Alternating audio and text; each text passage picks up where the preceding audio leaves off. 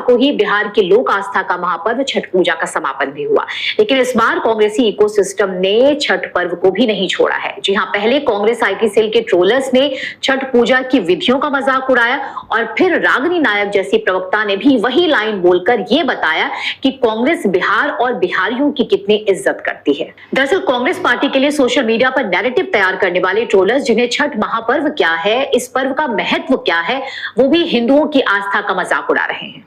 कांग्रेसी इकोसिस्टम का एक ऐसा ही ट्रोलर है रोशन राय, जो बीजेपी नेता प्रवेश वर्मा द्वारा छठ व्रतियों के लिए दंडवत के दौरान सड़क पर फूल बिछाने को लेकर लिखता है कि जोकर को चुनोगे तो तमाशा ही मिलेगा। दिल्ली पूरी तरह अनपढ़ों के हाथों में चली गई है। ये सचमुच दिल्ली कैबिनेट का एक बैठा हुआ मंत्री है। अगले 4 सालों के लिए दिल्ली का तो अब राम ही रखवाला है।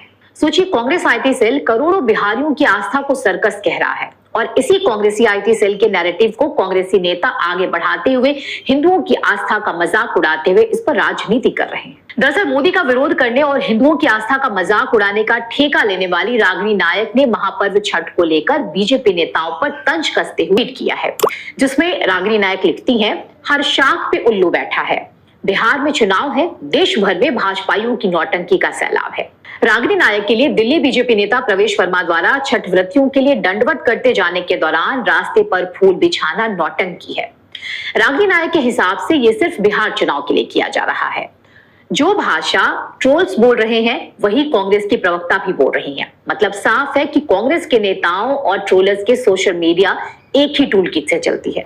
अरे रागिनी जी, एक बात बताइए, अगर आप छठ घाटों पर जाकर छठ व्रतियों के साथ फोटो सेशन करा के सोशल मीडिया में उसे फ्लॉन्ट करती हैं, तो क्या वो भी राजनीति है? क्या छठ के अवसर पर शुभकामना संदेश देना आपकी पार्टी के लिए एक पॉलिटिकल स्ट्रेटजी है? रागिनी जी, कांग्रेस के शहजादे राहुल गांधी ने भी तो छठ पूजा की शुभकामना दी है, भले ही वो औपचारिकता ही क्यों ना हो। तो क्या आप उसे भी नौटंकी मानेंगी? क्या राहुल गांधी भी ये सब बिहार चुनाव के लिए कर रहे हैं? इतनी हिपोक्रेसी लाती कहां से हैं आप? हिपोक्रेसी की भी सीमा होती है। मतलब कांग्रेस पार्टी के नेता छठ की शुभकामना दे, छठ घाटों पर जाकर अर्घ दे तो छठ के प्रति उनकी आस्था, लेकिन जब भाजपा नेता छठ पूजा में भाग ले तो नौटंकी। दरअसल मुझे लगता है कि कांग्रेस के नेताओं को जानकारी ही नहीं है कि छठ पर्व के दौरान दंडवत करते हुए घाट तक जाने का क्या महत्व होता है, उस दौरान छठ व्रतियों के लिए क्या क्या रिचुअल्स किए जाते हैं। तो सुनिए रागिनी जी, मैं खुद एक बिहारी हूँ। बचपन से देखा है मैंने अपनी माँ को, जब वे छठ पूजा के दौरान दंडवत करते हुए घाट तक जाती थी तो पूरे रास्ते को साफ किया जाता था, पानी से धोया जाता था, कोशिश रहती थी कि कोई कंकड़ तक न हो रास्ते में। किसी कपड़े या तौलिए से हवा देते हुए सड़क की धूल तक हटाई जाती थी। एक छठ व्रती नहीं, ऐसी कई महिलाएं होती हैं जो 36 घंटे के निर्जला उपवास के बाद भी ऐसी कठिन तपस्या करते हुए घाट तक पहुंचती हैं। माफ कीजिएगा, लेकिन आपको ये सब कैसे मालूम हुआ? क्योंकि कांग्रेस पार्टी ने तो आप सभी प्रवक्ताओं को ऐसी हिंदू विरोधी घुट्टी पिलाई है कि क्या ही कहा जाए। आप लोगों को तो हर चीज में राजनीति ही करनी है। आप लोगों के लिए तो ये ड्रामा है। विडंबना देखिए, एक तरफ कांग्रेस की प्रवक्ता बिहार के महान पर्व छठ पूजा का मजाक उड़ा रही है, जबकि बिहार में वही पार्टी उसी बिहार की जनता से कांग्रेस पार्टी के लिए वोट मांग रही है। बड़े दुख की बात है कि सोरोस इकोसिस्टम की सोच इस श्रद्धा का भी मजाक उड़ा रही है। वैसे ये सिर्फ कांग्रेस की नहीं, तमाम विपक्षी दलों की पुरानी बीमारी है। जब भी कोई धार्मिक उत्सव आता है तो विपक्ष इसे चुनाव से जोड़ देता है। सवाल यह है कि क्या कांग्रेस आस्था के हर प्रतीक को हर बार राजनीति से जोड़ेगी? क्या महापर्व छठ जैसी परंपराएं भी कांग्रेसियों के लिए चुनावी मुद्दा बनकर रह जाएंगी? क्या आस्था सिर्फ कांग्रेस नेताओं के लिए पवित्र है और दूसरों के लिए दिखावा? रागिनी नायक और कांग्रेस पार्टी को यह समझना होगा कि छठ पूजा किसी पार्टी की नहीं, बिहार और भारत की पहचान है। आस्था पर सवाल उठाना, भक्तों का मजाक उड़ाना या उसे चुनावी चश्मे से देखना आपकी हिंदू विरोधी मानसिकता को दिखाता है। देखा जाए तो कांग्रेसी नेताओं और पूरे कांग्रेसी इकोसिस्टम को न सिर्फ छठ पर्व से दिक्कत है, बल्कि करोड़ों बिहारियों से भी परेशानी है। तभी तो दिल्ली से लेकर बिहार तक छठ पर्व पर विपक्षी पार्टियों के नेता राजनीति कर रहे हैं।